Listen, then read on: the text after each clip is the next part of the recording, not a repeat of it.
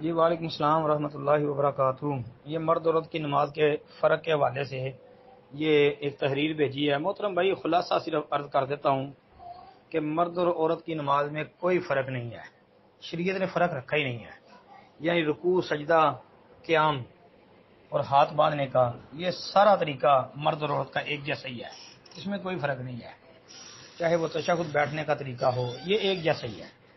صرف اتنی بات یاد رکھیں، نماز کے ارکان ادا کرنے میں کوئی کسی قسم کا فرق نہیں شریعت نے بیان کیا۔ جس طرح یہ سجدے کے متعلق یہ روایات لکھی گئی ہیں کہ سجدہ عورت اس طرح کرے، چمٹ جائے، یہ ساری باتیں جو ہیں یہ کچی ہیں، ضعیف قسم کی، موضوع قسم کی، مردود قسم کی روایتیں ہیں جی۔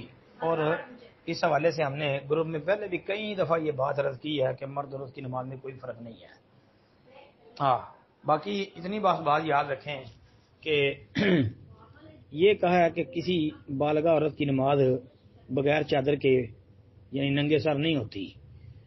پتہ چلتا ہے کہ یہ چیز عورت کے لیے شریعت نے مقرر کر دی ہے، ہاں، کہ عورت ننگے سر نماز نہیں پڑھ سکتی، تو پتہ چلا کہ مرد کی ننگے سر ہو جاتی ہے۔ اسی طرح یہ حدیث آتی ہے کہ نبی علیہ الصلوۃ والسلام نے فرمایا کہ جب امام کو سہو ہو جائے تو مرد مقتدی جو ہے وہ سبحان اللہ کہہ کے امام کو آگاہ کرے گا، اور عورت جو ہے وہ اپنے ہاتھ کے اوپر ہاتھ مارے گی، جیسا کہ حدیث میں آتا ہے التسبیح للرجال والتصفیق للنساء۔ جی، مردوں کے لیے تسبیح سبحان اللہ کہنا ہے اور عورتوں کے لیے ہاتھ پہ ہاتھ مارنا، جس کو تالی بجانا کہتے ہیں جی۔ السلام علیکم ورحمۃ اللہ۔ باقی یہ فرق والی کوئی دلیل بھی ثابت نہیں ہے۔